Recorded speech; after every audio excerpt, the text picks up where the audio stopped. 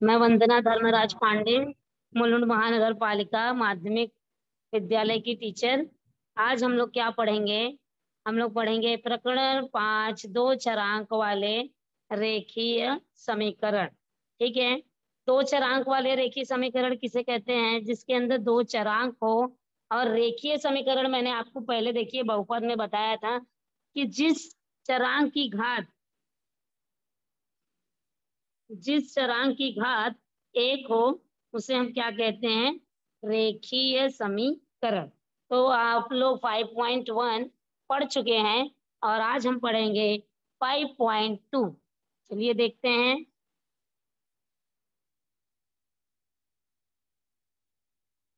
कक्षा 9वीं माध्यम हिंदी, विषय गणित, भाग 1, घटक दो चरांक वाले रेखीय समीकरण, उप घटक प्रश्न संग्रह 5.2। और ये कौन सा प्रकरण है? 5। बहुत ही इजी और बहुत ही आसान ये एक्सरसाइज है जिसे आप लोग आराम से कर सकते हैं। साथ में नोटबुक पेन और पेन लेके बैठिए ताकि हम पढ़ते भी रहें और आप लोग साथ में लिखते भी रहें, ताकि आप लोगों को आगे कोई डाउट ना आए। चलिए पहला प्रश्न देखते हैं। प्रश्न संग्रह 5.2। आप क्वेश्चन जो प्रश्न है उसे पहले अच्छे से पढ़िए, फिर हम उस प्रश्न को समीकरण का रूप देंगे और समीकरण का रूप देने के बाद उन प्रश्नों को हल करके उस समीकरण में जो चरांक है उसका मान ज्ञात करेंगे। चलिए प्रश्न क्रमांक देखिए। किसी लिफाफे में कुछ 5 रुपए के और कुछ 10 रुपए के नोट हैं। नोटों का कुल मूल्य कितना है? 350। 5 रुपए के नोटों की संख्या 10 रुपए के नोटों की संख्या के दुगने से 10 कम है। क्या बोल रहा है? कि 5 रुपए की जो नोट है वो 10 रुपए की नोट के दुगने से 10 कम है। तो लिफाफे में 5 रुपया तथा 10 रुपए के नोटों की संख्या ज्ञात कीजिए। ये हमारा प्रश्न है। पहले क्या दिखा है कि कुछ एक लिफाफा है जिसमें 5 रुपए का कुछ नोट है और कुछ 10 रुपए का नोट है, और नोटों की कुल मूल्य 350, यानी कि उस लिफाफे में कुल कितने रुपए हैं? 350। ठीक है, चलिए हम लोग करते हैं हल। माना 5 रुपए के नोटों की संख्या हम क्या मानते हैं? जो हमें प्रश्न में पूछा जाता है उसी को हम लोग मान लेते हैं। माना 5 रुपए के नोटों की संख्या यक्स और 10 रुपए के नोटों की संख्या वाई हो गई। ठीक है, इस तरह हमने दो चरांक मान लिए, यक्स और वाई। प्रश्नानुसार क्या बोल रहा है कि 5 रुपए के नोटों की संख्या, पहली शर्त क्या है? 5 रुपए के नोटों की संख्या तथा 10 रुपए के नोटों की संख्या का कुल मूल्य कितना है? 350। यानी कि एक नोट की संख्या कितनी है यहाँ पर? यह नोटों की संख्या कितनी है? 5 रुपए की यक्स, यानी कि 5 रुपए के नोटे की संख्या 5 यक्स हो गई। और 10 रुपए के नोटों की संख्या कितनी है? वाई, यानी कि 10 रुपए की कुल नोटों की संख्या 10 वाई हो गई। तो पहला समीकरण हमारा क्या बना? 5 यक्स प्लस 10 वाई बराबर 350। दोनों मिलाकर लिफाफे में कितना रुपया है? 350। अब आप सोचेंगे कि 5 यक्स कहाँ से आया? यक्स क्या है? 5 रुपए के नोटों की संख्या। हम उसमें 5 रुपए की गुणा कर देंगे नोटों की संख्या में, तो हमें 5 रुपए के कितने पैसे रुपए हैं वो मालूम पड़ जाएगा। और y क्या है? 10 रुपए के नोटों की संख्या। जब हम लोग y में 10 का गुणा कर देंगे तो हमें 10 रुपए के कितना कितना रुपया है उसके अंदर वो मिल जाएगा। दोनों को मिलाकर कितना है? 350 रुपया। इस तरह हमारा समीकरण नंबर 1 बन गया। दूसरी शर्त क्या कह रहा है कि जो 5 रुपए की नोटों की संख्या 10 रुपए के नोटों की संख्या के दुगने से 10 कम है। तो 5 रुपए के नोटों की संख्या क्या है? यक्स। यक्स। और 10 रुपए के नोटों की संख्या के दुगने, यानी कि 10 रुपए के नोट कितने हुआ है? तो वाई का दुगना क्या हो गया? 2y। और 10 कम है, मतलब जो 5 रुपए का नोट है यक्स बराबर 2y-10। तो यक्स क्या है? 5 रुपए की नोटों की संख्या। 2y क्या है? 10 रुपए के नोटों के संख्या के दुगना। और -10 क्या है? बोल रहा है कि दुगने से 10 कम है। कम है इसके लिए हम लोग ने माइनस कर दिया। अगर बोला होता कि 10 रुपए के नोटों की संख्या से दुगना और 10 अधिक है तो हम लोग क्या करते? +10 करते। ठीक है, चलिए समीकरण को हम लोग बराबर करेंगे। आपको ये एक बाई तरफ पूरा चरांक और दाईं तरफ पूरा स्थिरांक रहेगा, यानी कि जो एक्स वाई है वो हम लोग को बाएं तरफ लाना है और जो नंबर्स है उसको हम लोग को दाहिने तरफ लाना है। तो हम लोग ने 2y को पक्षांतर किया, तो 2y पक्षांतर होके बाई तरफ आया तो क्या बन गया, x माइनस 2y बराबर -10। इस तरह हमारा समीकरण नंबर 2 बन गया। समीकरण 1 पहली शर्त से बना, समीकरण 2 दूसरी शर्त से बना। ठीक है, चलिए आगे के पेज पे देखते हैं। x माइनस 2y बराबर -10 हमारा दूसरा समीकरण। अब हमने क्या किया, समीकरण 2 में 5 से गुणा करने पर, समीकरण 2 देखिए क्या है, x माइनस 2y बराबर -10। हमने समीकरण 2 में 5 से ही क्यों गुणा किया, तो आप देख सकते हैं कि समीकरण 1 जो है वहां पर जो y के साथ क्या है 10, और समीकरण 2 में आप देख सकते हैं कि y के साथ क्या है 2। तो हमको 2 को 10 बनाना है, तो 2 को 10 क्यों बनाएंगे, समीकरण को हल करने के लिए। तो हमने समीकरण 2 में 5 से गुणा किया, तो क्या आया हमारा 5x माइनस 10y बराबर -50। यक्स में 5 का गुणा हुआ तो 5x, -2 में 5 का गुणा हुआ तो -10, और -10 में 5 का गुणा हुआ तो -50। ठीक है, अब हमने क्या किया, समीकरण 1 तथा 3 को, अब हमें 2 से कोई मतलब नहीं है, हमारे पास समीकरण 3 बन गया। समीकरण 3 क्या है, समीकरण को 2 में जो हमने 5 से गुणा किया, जो हमें समीकरण प्राप्त हुआ उससे हमने समीकरण नंबर 3 दे दिया। ठीक है, फिर समीकरण 1 तथा 3 को जोड़ने पर ऊपर देखिए, समीकरण 1 क्या है, 5x प्लस 10y बराबर 350, और यहाँ पर समीकरण 3 क्या है, 5x माइनस 10y बराबर -50। ठीक है, तो अब हम दोनों समीकरणों को जोड़ेंगे। 5x प्लस 10y बराबर 350, उसके नीचे लिखेंगे हम 5x माइनस 10y बराबर -50।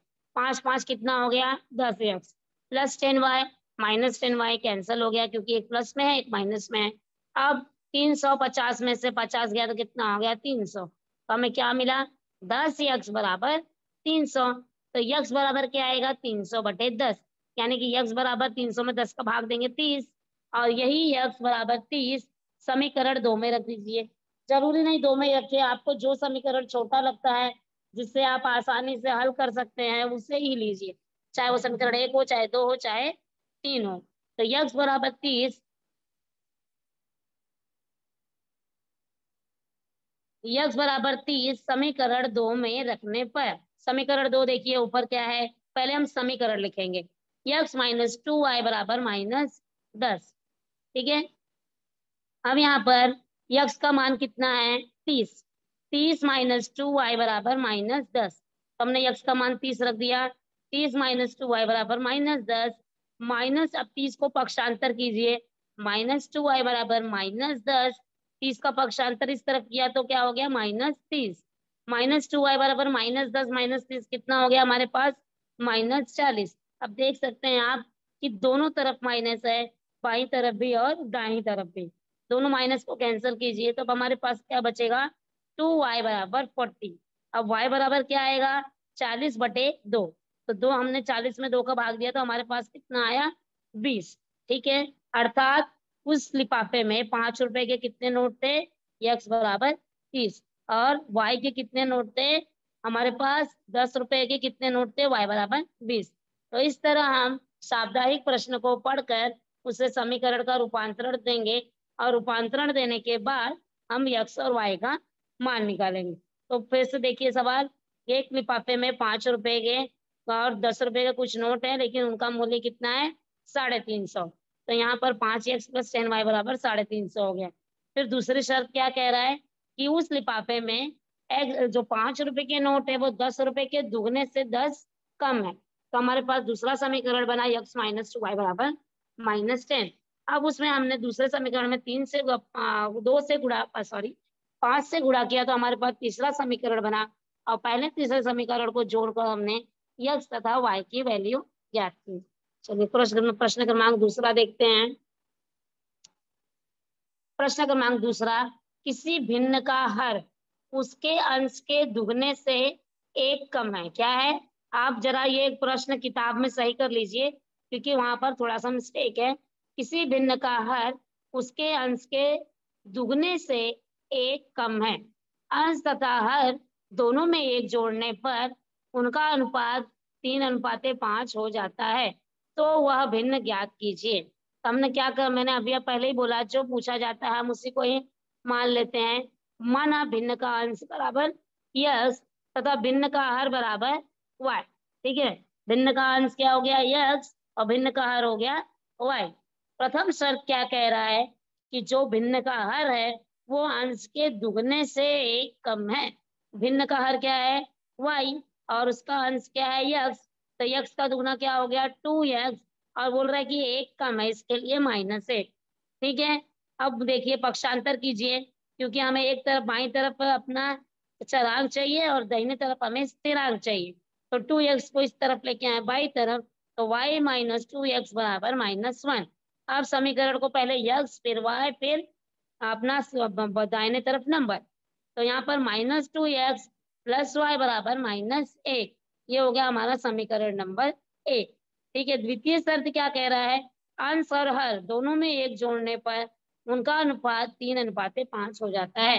अंश क्या है यक्स, वाई क्या है हर, तो यक्स +1 बटे वाई +1।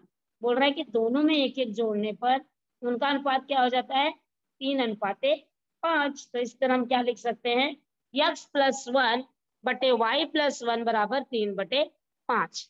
अब हमें तिर्यक गुणा करना है, 5 गुणे यक्स +1 बराबर 3 गुणे वाई +1। 5 का गुणा यक्स में कीजिए 5x, फिर प्लस 5 का गुणा 1 में 5 और 3 का गुणा y में 3y धन 3 का गुणा 1 में 3। तो इस तरह हमें क्या मिला 5x + 5 बराबर 3y + 3। अब यहाँ पर फिर से हमने आपको बता रही हूँ यहाँ पर कि दाहिने तरफ क्या रहेगा नंबर और बाई तरफ क्या रहेगा हमारा चरांक। तो 5x - 3y +3y को इस तरफ लेके आए तो -3y बराबर 3 - 5। ठीक है, 5x - 3y 3 में से 5 गया तो -2। हमारा समीकरण नंबर 2 हो गया ये, 5x - 3y बराबर -2। अब आप समीकरण 1 देखिए और 2 देखिए, तो 1 में y के साथ क्या है 1 और 2 में y के साथ क्या है -3। तो हम लोग क्या करेंगे, समीकरण 1 में 3 से गुणा करेंगे, समीकरण 1 में 3 से गुणा करेंगे। तो 3 में 2 का गुणा किया 3 दूनी 6 और y में 3 का गुणा 3y बराबर -3। ये हो गया हमारा समीकरण 3। अब 2 को हमने गुणा करके 2 में समीकरण 2 में 3 से गुणा करके समीकरण 3 की प्राप्ति की है। अब हमें समीकरण 2 से कुछ भी काम नहीं है, हम क्या करेंगे समीकरण 1 और 3 को जोड़ेंगे। समीकरण 1 ऊपर देखिए, समीकरण 2 और 3 को जोड़ेंगे, एक में कुछ करना नहीं हमें।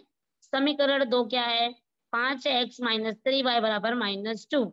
समीकरण 3 क्या है -6x + 3y बराबर -3। ठीक है, अब यहाँ पर जोड़िए, तो यहाँ पर +3y - 3y कट गया, 5x - 6x कितना आएगा -x और -2 -3 जोड़ने पर कितना आएगा -5। ठीक है, आगे चलते हैं हम।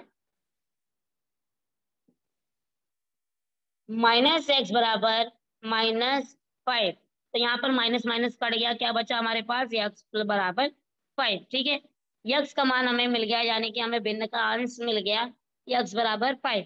अब x बराबर 5 आप किसी भी समीकरण में रखिए 1 2 3। तो यहाँ पर समीकरण 1 पहले देख लीजिए क्या है, वहां ऊपर से देख के हमें लिखेंगे -2x + y बराबर -1। समीकरण हमने 1 लिख लिया, वहां पर क्या आएगा -2x + y बराबर -1। अब जहां पर x है वहां पर आपको क्या रखना है 5। तो -2 गुणे 5 + y बराबर -1। -2 गुणे 5 कितना हो गया -10 + y बराबर -1। अब y को यहीं रहने दीजिए, -10 को पक्षांतर कीजिए, तो y बराबर -1 धन 10। 10 में से 1 गया कितना आएगा 9, तो y बराबर क्या हुआ 9। तो भिन्न का अंश क्या हो गया 5 और भिन्न का हर हो गया 9, तो वह भिन्न क्या हो गया 5/9। ठीक है, प्रश्न क्रमांक 3, प्रियंका और दीपिका की आयु का योगफल कितना है 34 वर्ष। प्रियंका दीपिका से कितनी छोटी है 6 प्रियंका दीपिका से 6 वर्ष बड़ी है, तो उन दोनों की आयु ज्ञात कीजिए। तो हमने देखेंगे कि आप जो पूछा गया वही मानेंगे। माना दीपिका जो छोटा है उसका मान लेते हैं। माना दीपिका की आयु कितनी है x वर्ष और प्रियंका की आयु y वर्ष। तो बोल रहे कि दोनों की आयु का योगफल कितना है 34 वर्ष। तो प्रथम शर्तानुसार दोनों की आयु का योगफल बराबर 34। तो यक्स प्लस वाई बराबर 34। ठीक है, प्रियंका की आयु धन दीपिका की आयु बराबर 34। ये हो गया हमारा समीकरण नंबर एक। द्वितीय शर्त क्या कह रहा है कि प्रियंका दीपिका से 6 वर्ष बड़ी है। तो प्रियंका की आयु क्या है, वाई। तो वाई बराबर एक्स प्लस 6, यानी कि प्रियंका जो है वो दीपिका से 6 वर्ष बड़ी है, तो एक्स प्लस 6। तो वाई बराबर एक्स प्लस 6। तो y बराबर x प्लस 6, पक्षांतर कीजिए, x को इस तरफ लेके आइए तो माइनस एक्स प्लस वाई बराबर 6। ये हमारा समीकरण नंबर हो गया 2। अब समीकरण 1 और 2 को जोड़ने पर समीकरण 1 क्या है, x प्लस वाई बराबर 34, और समीकरण 2 क्या है, माइनस एक्स प्लस वाई बराबर 6। तो ये plus x minus x cut गया, और plus y minus plus y कितना हो गया 2y, और 34 प्लस 6 कितना हो गया 40। तो 2y बराबर कितना हो गया 40। 2y बराबर 40, तो y बराबर 40/2, तो y बराबर 20। y बराबर 20 आप किसी भी समीकरण में रखिए, चाहे एक में चाहे दो में। तो y बराबर 20 समीकरण 1 में रखने पर समीकरण 1 क्या है, x प्लस वाई बराबर 34। तो x प्लस वाई, y की जगह हमने क्या रखा 20, तो x प्लस 20 बराबर 34। तो x बराबर 34 माइनस 20, यानी कि x बराबर कितना आएगा यहाँ पर 14। ठीक है, तो दीपिका की आयु हो गई 14 वर्ष और प्रियंका की आयु हो गई 20 वर्ष। ये एकदम इजी क्वेश्चन है। दोनों की आयु का योगफल 34 है, और जो प्रियंका है वो दीपिका से 6 वर्ष बड़ी है। दोनों का समीकरण तैयार कीजिए, उसे हल कीजिए और दोनों की आयु ज्ञात कीजिए। चलिए आगे देखते हैं।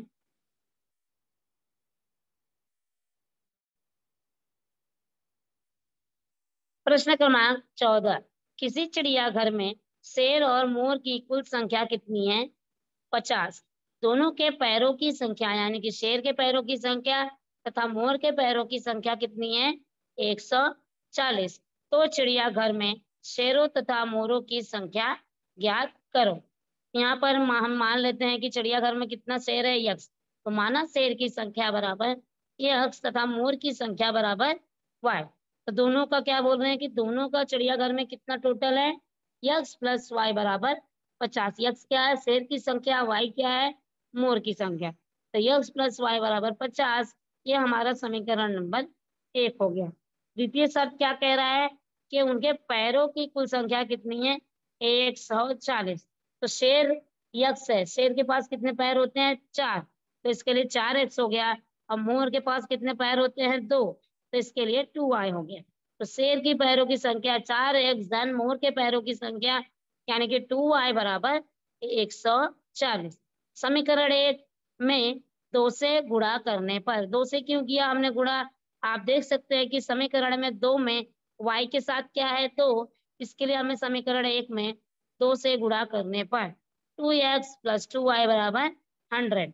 तो यहाँ पर 50 का गुणा 2 में किया तो 100 हो गया, x का गुणा 2 में किया तो 2 हो गया, y का गुणा 2 में किया तो 2 हो गया। 2x प्लस 2y बराबर 100।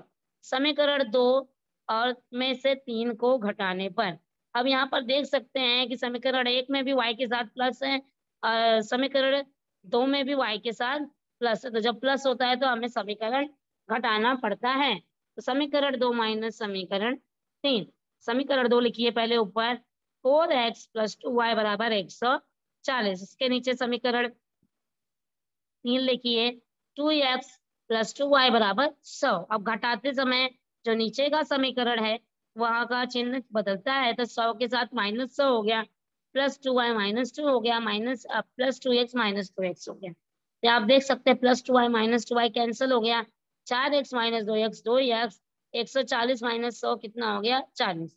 तो 2x बराबर 40, तो x बराबर 40/2, यानी कि x बराबर कितना आया 20।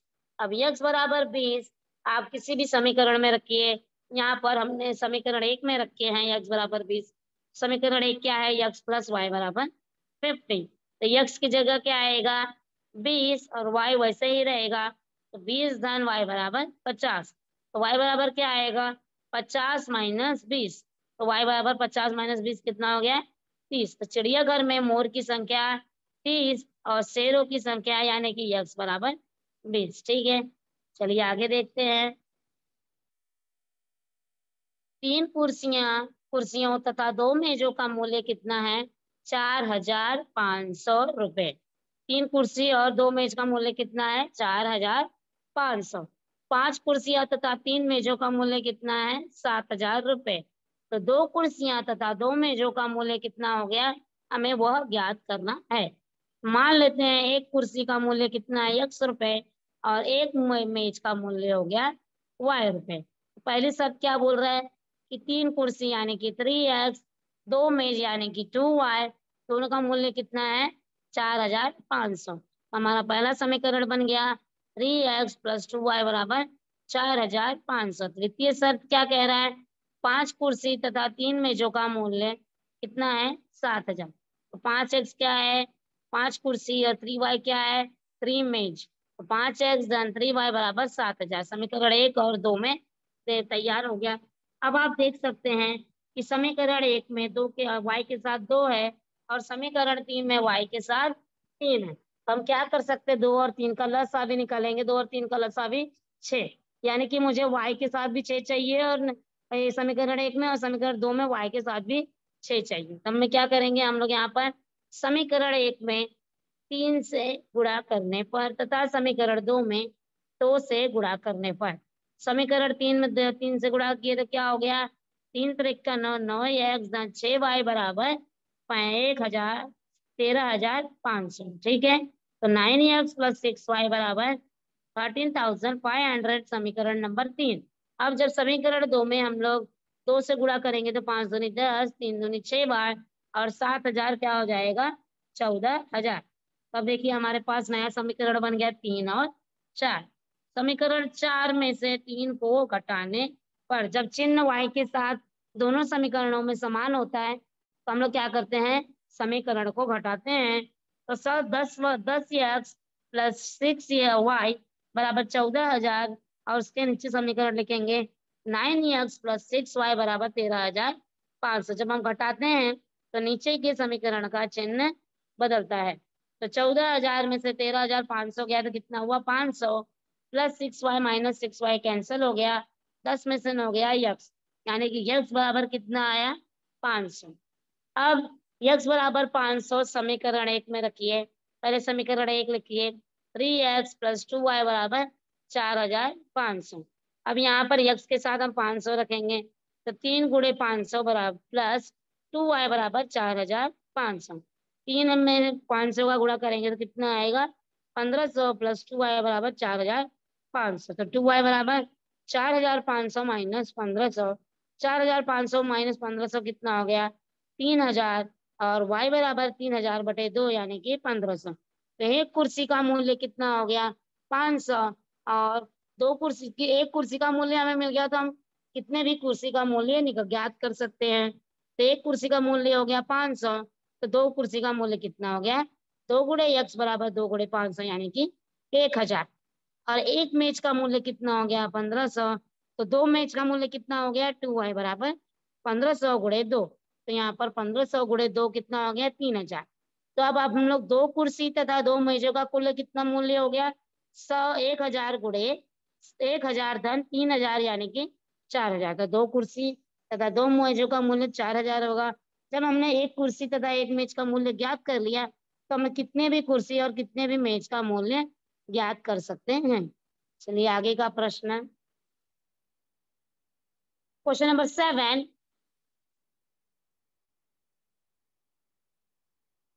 किसी दो अंकों वाली संख्या के अंकों का योगफल 9 है। ठीक है, किसी दो अंकों वाली संख्या के अंकों का योगफल 9 है। अंकों के स्थान परिवर्तन से प्राप्त संख्या मूल संख्या से 27 अधिक है तो वह दो अंकों वाली संख्या ज्ञात कीजिए। दो अंकों वाली संख्या मतलब 10 से लेकर 99 तक कोई भी संख्या हो सकती है। ठीक है, तो मान लेते हैं, माना दहाई का अंक x तथा इकाई का अंक y। ठीक है, तो दो अंकों वाली संख्या जब हम लोग x और y को लेके बनाएंगे तो क्या बनेगा? इकाई के साथ हम लोग 10 का गुणा करेंगे और इकाई वैसे ही रहेगा। तो दो अंकों वाली संख्या क्या हो गई? 10 x प्लस वाई, जैसे 2 अंकों वाली संख्या समझ लीजिए 35 है, तो हम उसको कैसे लिख सकते हैं? 3 गुणे 10 धन 5, 3 गुणे 10 धन 5, तो 30 धन 5 बराबर 35। तो वैसे यहाँ पर 2 अंकों वाली संख्या दहाई का अंक यक्स है और इकाई का अंक वाई है, तो 10 यक्स प्लस वाई। ठीक है, तो ये हमारी संख्या तैयार हो गई, 10 यक्स प्लस वाई।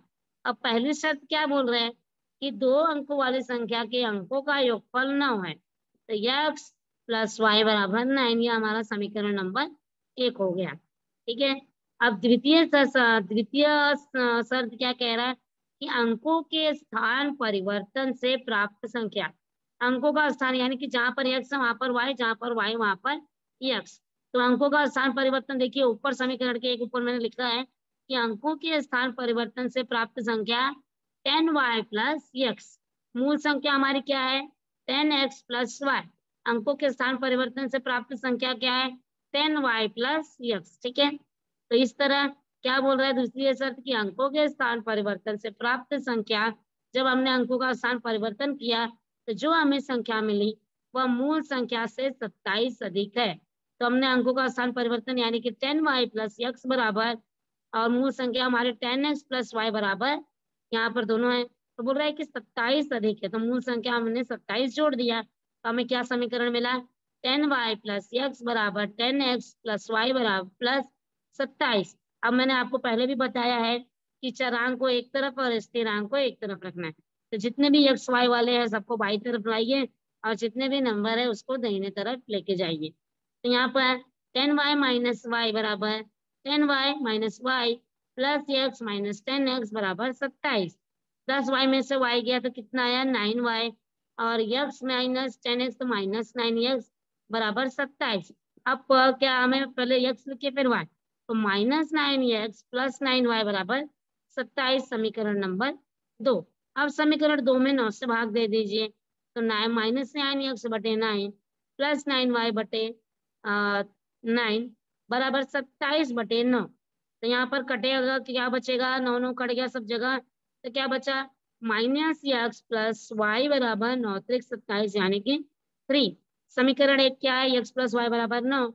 समीकरण 3 क्या है? माइनस एक्स प्लस वाई बराबर 3। अब हम क्या करेंगे? समीकरण 1 और 3 को जोड़ेंगे। यहाँ पर देखिए नीचे लिखा है समीकरण 1 प्लस समीकरण नंबर 3, तो एक्स प्लस वाई बराबर 9, नीचे माइनस एक्स प्लस वाई बराबर 3, तो एक्स एक्स कट गया, वाई प्लस वाई 2y बराबर 9 त्रिक 9 और 3 12, तो 2y बराबर क्या हो गया? 12, तो y बराबर 12 बटे 2, तो 12 बटे 2 कितना हो गया? 6, और y बराबर 6 समीकरण 1 में रख दीजिए। समीकरण 1 क्या है? x प्लस वाई बराबर 9। ठीक है, तो x प्लस वाई बराबर 9, तो y की जगह 6 लिखिए, y प्लस 6 बराबर माइनस 9 बराबर 9, तो x बराबर 9 माइनस 6, तो 9 में से 6 गया तो कितना आया? 3। तो उस संख्या का इकाई का अंक कितना है? 6, और दहाई का अंक कितना है? 3। तो मूल संख्या क्या हो गई? 3 गुणे 10 धन 6 यानी कि 36 हो गई। तो इस तरह हमने साप्ताहिक प्रश्नों को समीकरण का रूप देकर समीकरण हल किया और चरांक के मान ज्ञात किए। चलिए एक बार फिर से देखते हैं प्रश्न क्रमांक 1 से। प्रश्न क्रमांक फिर से 1 देखिए, लिफाफे में 5 रुपए और 10 रुपए के नोट हैं और उनका कुल मूल्य 350 है, और 5 रुपए के नोटों की संख्या 10 रुपए के नोटों के दुगने से 10 कम है, तो 5x धन 10y बराबर 350। और दूसरा समीकरण क्या बना हमारे पास? x माइनस 2y बराबर माइनस 10। समीकरण में हमने 5 का गुणा किया, फिर हमने समीकरण 3 1 और 3 को जोड़ दिया, वहां पर x बराबर कितना मिला? 30, और x बराबर 30 समीकरण 2 में रख दिए तो हमें कितना मिला? y बराबर 20। 5 रुपए के नोट 30 हो गए और 10 रुपए के नोट 20 हो गए। दूसरा क्वेश्चन है, किसी भिन्न का हर उसके अंश के दुगने से 1 कम है, अंश और हर दोनों में 1 1 जोड़ने पर उनका अनुपात 3:5 होता है, तो वह भिन्न ज्ञात कीजिए। तो हमने भिन्न का अंश क्या माना? x, तथा भिन्न का हर क्या माना? y। ठीक है, तो अब यहाँ क्या बोल रहा है? हर में, तो हर क्या है? अंश के दुगने से 1 कम है, तो y बराबर 2x माइनस 1। पर उससे समीकरण 1 बना हमारा। फिर द्वितीय शर्त क्या बोल रहे हैं कि दोनों में एक एक जोड़ने पर उनका अनुपात क्या हो जाता है, 3:5। तो x+1/x+5 बराबर 3/5। फिर यहाँ पर तिर्यक गुणा कीजिए। तिर्यक गुणा करने के बाद हमें नया समीकरण प्राप्त होगा। फिर हमें जो समीकरण प्राप्त होगा, और हमें समीकरण 1 में हमने 3 से गुणा करके समीकरण 3 की प्राप्ति की। समीकरण 1 और 3 को जोड़ने पर x बराबर 5 मिला। x बराबर समीकरण 1 में रखने पर y बराबर हमें 9 मिला। और भिन्न क्या मिला हमें, 5/9। फिर तीसरा क्वेश्चन, प्रियंका और दीपिका की आयु बराबर 34 वर्ष, x+y बराबर 34 वर्ष। प्रियंका दीपिका से 6 वर्ष छोटी है, y बराबर x+6, तो -x+y बराबर 6। दोनों की आयु हमने निकाल दी यहाँ पर, 20 वर्ष और 14 वर्ष। प्रश्न क्रमांक 4, किसी चिड़ियाघर में शेर और मोरों की संख्या 50, तो x+y बराबर 50। उनके पैरों की कुल संख्या बराबर 140। शेर के 4 पैर होते हैं तो 4x, मोर के 2 पैर होते हैं तो 2y। 4x+2y बराबर 140। अब हमने समीकरण 1 में 2 से गुणा किया तो हमें क्या मिला, 2x+2y बराबर 100। समीकरण 2 में से 3 को घटाए तो x बराबर 20। x बराबर 20 हमने समीकरण 1 में रखा तो y बराबर 30। तो चिड़ियाघर में मोर की संख्या 30 और शेरों की संख्या 20। फिर हमने छठवां क्वेश्चन देखा, 3 कुर्सियां तथा 2 मेजों का मूल्य। एक कुर्सी का मूल्य x और एक मेज का मूल्य y। तो 3 कुर्सी यानी कि 3x, 2y यानी कि 2 मेज, और 3x+2y बराबर 4500। 5 कुर्सी तथा 3 मेजों का मूल्य यानी 5x+3y बराबर 7000। हमने दोनों का हल करके x बराबर 500 और y बराबर 1500 एक कुर्सी और एक मेज का मूल्य ज्ञात किया। फिर 2 कुर्सी और 2 मेज का मूल्य ज्ञात किया, और दोनों का मिलाकर कितना हो गया, 4000। फिर हमने 7वां क्वेश्चन यहाँ पर है, 2 अंकों वाली संख्या का योगफल 9 है, तो यह और अंकों के स्थान परिवर्तन से प्राप्त संख्या मूल संख्या से 27 अधिक है, तो वो 2 अंकों वाली संख्या ज्ञात कीजिए। माना दहाई का अंक x, इकाई का अंक y, 2 अंक वाली संख्या क्या हो गई, 10x+y, और उसका अंकों का स्थान परिवर्तन करेंगे तो 10y+x। पहली शर्त क्या बोल रहे हैं, दोनों का योगफल कितना है, 9, तो x+y बराबर 9। तृतीय शर्त क्या बोल रहा है कि अंकों के स्थान परिवर्तन से जो आती है संख्या वो मूल संख्या से 27 अधिक है, तो 10y+x बराबर 10x+y बराबर +27। यहाँ पर हमने क्या किया, x और y का मान ज्ञात किया और वह संख्या ज्ञात की 36। ठीक है, तो आज हमने 5.2 यहाँ पर कंप्लीट किया है। अगर आप लोगों को यह समय समझ में आया तो ठीक है, नहीं तो बार बार आप समीकरण पढ़िए, उसको हमें प्रश्न को पढ़िए और उससे समीकरण का रूप दीजिए, और मुझे वो समीकरण में दोनों में क्या करने पर x या y का मान ज्ञात कर सकते हैं उससे गुणा कीजिए। और गुणा करने के बाद अगर समीकरण में चिन्ह y का सेम है तो घटाइए, और चिन्ह y का अलग अलग है तो समीकरण को जोड़िए, और जो मान आता है उसे किसी भी समीकरण में रखिए तो हमें दूसरे चरांक का मान ज्ञात हो जाएगा। ठीक है, और इसमें 2 प्रश्न हैं, वो हम लोग फिर वो आप लोग कर सकते हैं या फिर हम लोग उसको अगले पीरियड में हल करेंगे। और यहाँ पर अगर इकाई दहाई अंक में कंफ्यूजन है तो आप लोग को मैं फिर से बता देती हूँ। जैसे 25 है तो हम लोग 25 को कैसे लिख सकते हैं, 2 × 10 धन 5। तो वैसे ही यहाँ पर लिखा है 10x+y, 2 अंकों वाली संख्या। इकाई का अंक यहाँ पर y है और दहाई का अंक यहाँ पर x है। अब आप देख सकते हैं कि हमने बार बार x और y पूरा पहले से लेके अंतिम तक जितने भी चरांक लिए x और y ही लिए। तो आप लोग जरा a b भी ले सकते हैं, लेकिन a और b लेने से हम लोग को x और y लेने से प्रश्न जल्दी हल होते हैं। इसके लिए हमने x और y का उपयोग करके सभी समीकरणों को हल किया है। एग्जाम में ऐसे क्वेश्चन आ सकते हैं 2 नंबर या 3 नंबर के लिए, और हमें ये प्रश्न छोड़ना नहीं है, बहुत ही आसान है, कुछ करना नहीं है। समीकरण पढ़ के उसे प्रश्न पढ़ के समीकरण का रूप देना है। थोड़ा बहुत आधे से ज्यादा आप करते रहेंगे तो 3 में से आपको 2 1.5 नंबर तो ऐसे मिल जाएंगे, और प्रैक्टिस करेंगे तो 3 में से 3 अवश्य आपको मिल जाएंगे। चलिए, हम लोग जिन बच्चों को कुछ डाउट है वो हम डाउट पूछते हैं सबसे।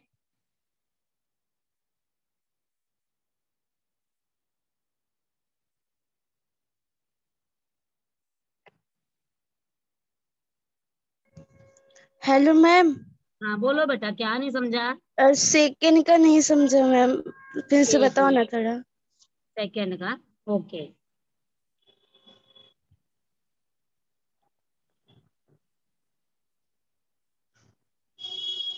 क्वेश्चन नंबर सेकेंड क्या नहीं समझा बेटा? है भिन्न का अंश और हर यहाँ पर है, तो भिन्न का अंश हमने मान लिया यक्स और भिन्न का हर मान लिया वाई। तो क्या बोल रहा है कि जो भिन्न का हर है यानी कि वाई, वो अंश के दुगने से एक कम है।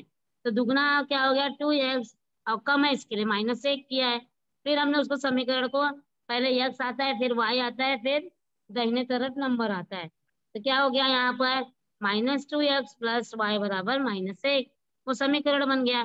फिर दूसरा कंडीशन क्या बोल रहा है कि अंश और हर दोनों में एक जोड़ने पर अनुपात कितने के अनुपात के बराबर हो जाता है, 3:5। तो हमने वहां पर 13 गुणा किया, 5 का गुणा x+1 में और 3 का गुणा y+1 में। अब गुणा करके हमने नए समीकरण की प्राप्ति की, 5x - 3y बराबर -2। और हमने समीकरण 1 में 3 से गुणा किया, क्योंकि समीकरण 2 में y के साथ क्या है 3। इसके लिए हम लोग को समीकरण में 1 में भी y के साथ 3 चाहिए। तो हम लोग ने समीकरण 1 में 3 का गुणा किया, तो वहां पर हमें नया समीकरण प्राप्त हुआ, -6x + 3y बराबर -3। अब हमने समीकरण 2 और 3 को जोड़ दिया, तो हमें क्या मिल गया, x बराबर 5। x बराबर 5 हमने समीकरण 1 में रख दिया और वहां पर हमने भिन्न प्राप्त किया 5/9। चलो और कौन? Thank you ma'am. ओके, आगे और किसी को कुछ डाउट है?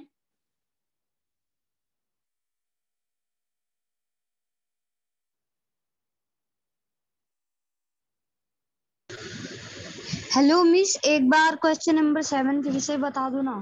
7, यस मिस।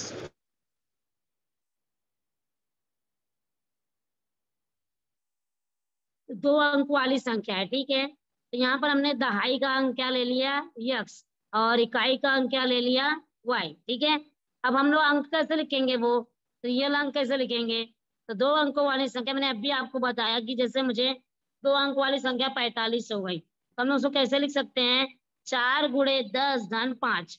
तो 4×10 कितना होता है 40, और धन 5 कितना होता है 45। तो वैसे ही यहाँ पर भी लिखा है, 2 अंक वाली वह संख्या क्या हो गई, 10x + y। अब शर्त क्या बोल रहा है कि दोनों अंकों का योगफल कितना है, 9। तो x + y बराबर 9। द्वितीय शर्त क्या बोल रहे हैं कि अंकों के स्थान परिवर्तन से, तो अंकों का स्थान परिवर्तन होगा तो 10x + y क्या हो जाएगा, 10y + x। तो अंकों के स्थान परिवर्तन से जो प्राप्त संख्या होती है, वो मूल संख्या यानी कि जो ओरिजिनल संख्या है उससे 27 ज्यादा है, तो इसके लिए +27 हो गया। तो 10y + x क्या है, अंक जब स्थान परिवर्तन होते हैं, बराबर 10x + y क्या है, जो रियल नंबर है, और धन 27 क्या है कि वो अधिक है। तो इस तरह हमने पक्षांतर करके हमने नया समीकरण क्या बनाया, -x + y बराबर 3, ठीक है। अब समीकरण 1 और 3 को हमने जोड़ दिया, तो हमें x और y का मान मिल गया, यह हमारा, और वो क्या हो गया, वो अंक 36। ठीक है, चलो आगे किसको कुछ डाउट है?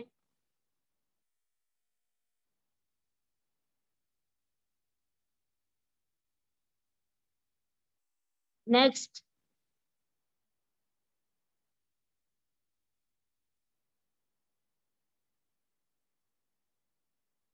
और किसी को कुछ पूछना है?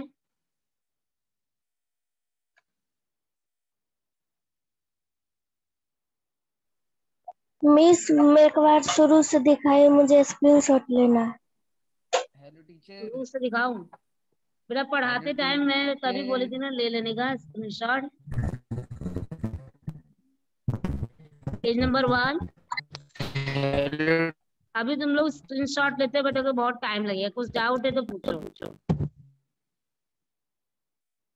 Page number 1, page number 2, page number 3, page hello number teacher. 4। हाँ बोलो। टीचर मेरे को पहला वाला बताइए ना जरा। अब यहाँ पर देखिए, किसी लिफाफे में एक पॉकेट है, उसमें 5 रुपए का कुछ नोट है, 10 रुपए का कुछ नोट है, और दोनों का मूल्य कितना है 350। तो हमने मान लिया कि 5 रुपए का कितने नोट है ये x, और 10 रुपए का नोट कितना है y। तो पहली शर्त क्या बोल रहा है कि 5x धन 10y। 5x क्या है, 5 रुपए के कितना 5 रुपए का कितना रुपए है, 5 रुपए के कितने नोट है, और 10y क्या है, 10 रुपए के कितने नोट है, बराबर 350। तो 5x + 10y बराबर 350। द्वितीय शर्त क्या बोल रहे हैं कि जो 5 रुपए के नोट हैं वो 10 रुपए के नोट से 10 कम है, तो x बराबर 2y - 10। तो x - 2y बराबर -10, समीकरण 1 और 2। आप देख सकते हैं कि समीकरण 1 में y के साथ क्या है 10, और समीकरण में 2 में y के साथ क्या है -2। ठीक है, तो 2 को हम लोग को क्या करना है 10, तो 2 को 10 करने के लिए क्या करना पड़ेगा, समीकरण 2 में 2 से 5 से गुणा करना पड़ेगा। तो 5x - 10y बराबर -50। समीकरण 3 मिल गया। समीकरण 1 और 3 को जोड़िए, तो दोनों को जोड़ने पर हमें क्या मिलेगा, x बराबर 300/10 यानी कि 30। x बराबर 30 किसी भी समीकरण में रखिए तो हमें y का 20 मिल गया, यानी कि 5 रुपए के 30 नोट हैं और 10 रुपए के 20 नोट हैं। चलिए आगे।